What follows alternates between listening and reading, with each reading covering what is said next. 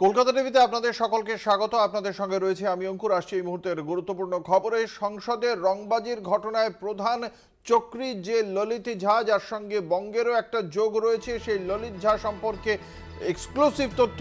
সেই এক্সক্লুসিভ তথ্য কলকাতা টিভির হাতে। ললিতকে নিয়ে তৎপর কলকাতা পুলিশের স্পেশাল টাস্ক ফোর্স। নজরে ললিত ঝায়ের স্বেচ্ছাসেবী সংস্থা, এমনটাই জানতে পারা যাচ্ছে।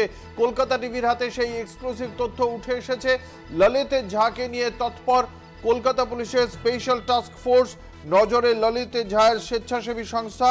চিহ্নিত করা হয়েছে একাধিক স্বেচ্ছাসেবী সংস্থাকে। আমরা কথা বলবো, আমাদের সঙ্গে রয়েছেন আমাদের প্রতিনিধি রিয়া মাঝি। রিয়া, কি জানতে পারা যাচ্ছে এই সম্পর্কে?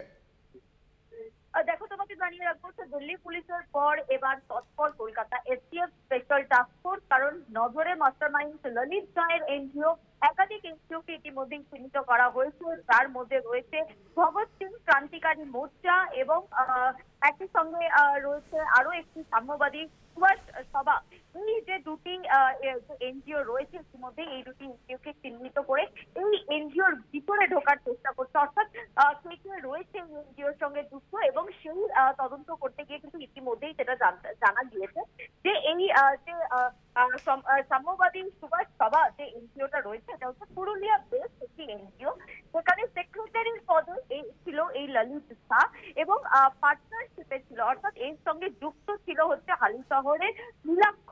এবং পাশাপাশি তোমাকে জানিয়ে রাখবো যে ফেসবুকে এই এনজিওর একটি অ্যাকাউন্ট রয়েছে, এবং সেই অ্যাকাউন্টটা দেখা যাচ্ছে যে 2022-এ খোলা হয়েছিল এই অ্যাকাউন্টটি। এবং শুধু ফেসবুক না, ইনস্টাগ্রামে, সোশ্যাল মিডিয়া বিভিন্ন জায়গায় এই এনজিওর যে অ্যাকাউন্ট কিন্তু রয়েছে, এবং সেই অ্যাকাউন্টে দেখা যাচ্ছে যে ললিত ঝায়ের ছবি, এবং বিভিন্ন সময় দেখা যাচ্ছে ললিত ঝা তিনি এই যে কলকাতার রাস্তায় দাঁড়িয়ে সমাজসেবী করেছেন, তার একাধিক তথ্য এই ইনস্টাগ্রামের থ্রু দিয়ে পাওয়া গিয়েছে। এবং পাশাপাশি তোমাকে জানাবো যে এই যে ভগৎ সিং ক্রান্তিকারী মোর্চা, এটা কলকাতা বেসড একটি এনজিও কলকাতায়, এবং এরও কিন্তু ফেসবুকে একটি পেজ রয়েছে, যেখানে দেখা যাচ্ছে যে 17 অক্টোবর 2021-এ খোলা হয়েছে সেই অ্যাকাউন্ট, এবং ললিত ঝায়ের ফোন নাম্বার, ইমেল আইডি সেখানে ইউজ করা হয়েছে। তো পুলিশের তরফ থেকে এটা ভেরিফাইও করে দেখা হয়েছিল, এবং ভেরিফাই করার পরে দেখা গিয়েছে যে ললিত ঝায়ের ফোন নাম্বার এবং ইমেল আইডি এই দুটো কিন্তু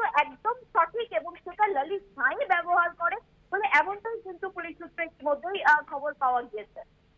একেবারেই ধন্যবাদ। আমাদের সঙ্গে ছিলেন আমাদের প্রতিনিধি রিয়া মাঝি।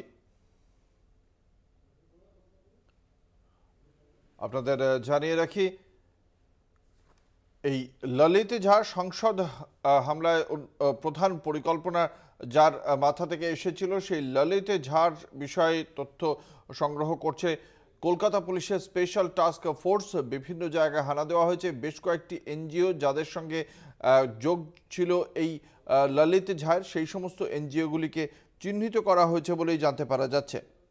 সেই এনজিওগুলি কবে খোলা হয়েছিল, কারা যুক্ত, কি কাজ হতো, প্রত্যেকটি বিষয় খতিয়ে দেখা হচ্ছে তদন্তকারী সংস্থার পক্ষ থেকে।